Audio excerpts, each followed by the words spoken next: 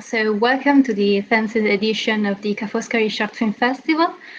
We are here with Shoki Lin. Hi, welcome. Hello. He's participating in the international contest with his short film Adam. And I have three questions for you.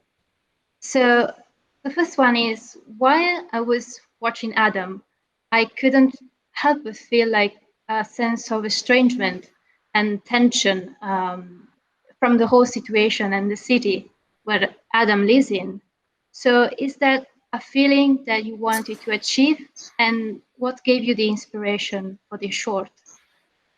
Hmm.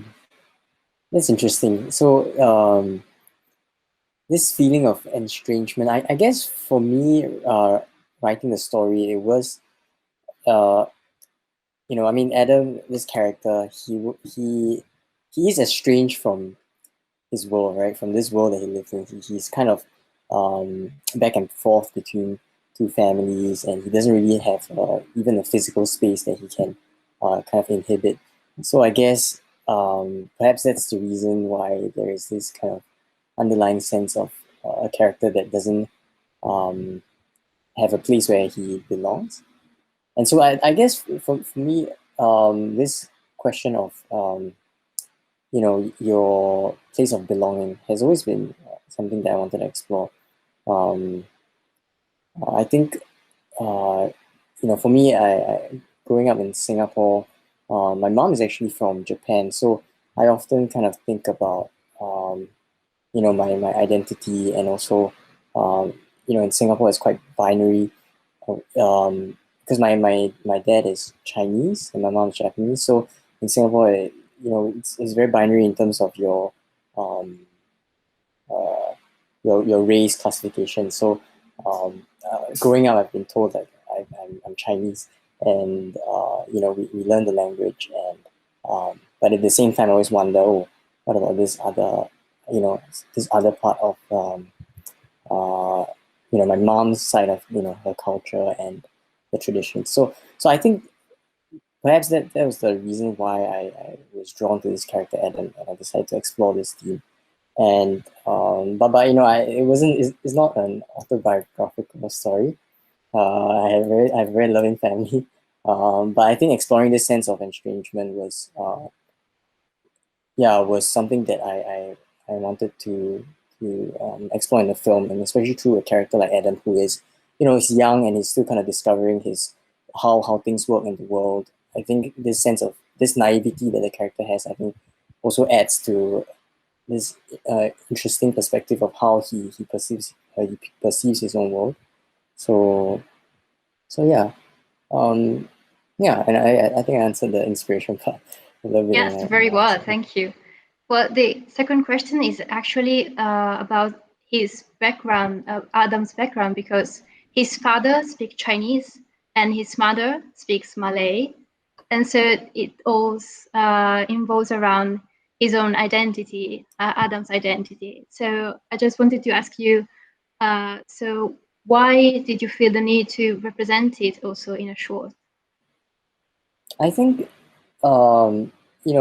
these kinds of family configurations are getting more and more common, and so but I think there's always this underlying tension when two cultures meet, and for me it feels like Adam in a way is a manifestation of that, right? There's a bit of this sense of not knowing where he fits in. At the same time, he's also trying to fit into both worlds.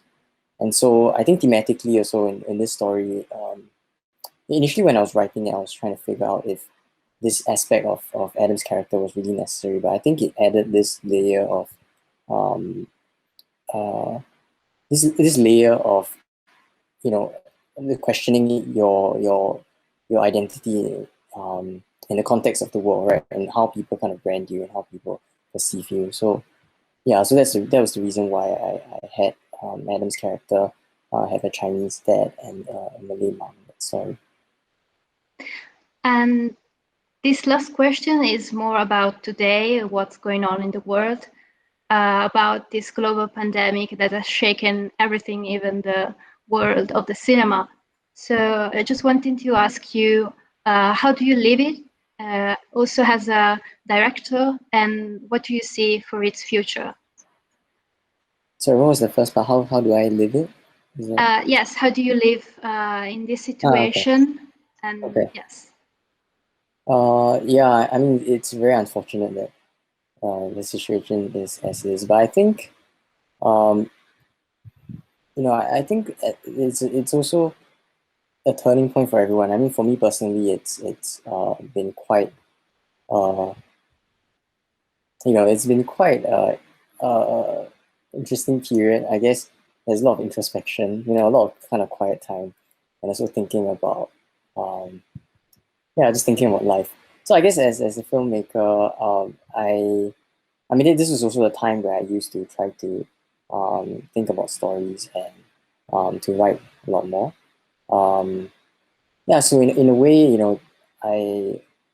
I'm hopeful for the future. I'm hoping things will get better, and I think I do see a lot more humanity and instances of humanity. I mean, now people are operating at in a very different you know like base level, right? There is this pandemic happening, but I think when we see certain things that happen in the world, when things are different, I think you also see a different side of people. And so far, I've been seeing a lot of good in humanity, and I think that's quite inspiring for me.